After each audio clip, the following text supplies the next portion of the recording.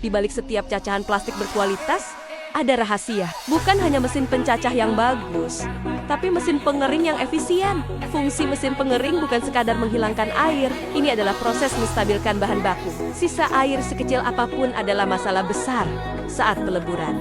Jika plastik Anda basah, cacahan akan menghasilkan gelembung udara saat dilebur. Hasilnya, biji plastik menjadi keropos, mudah pecah, dan tidak memenuhi standar permintaan pabrik. Nilai jual Anda langsung jatuh.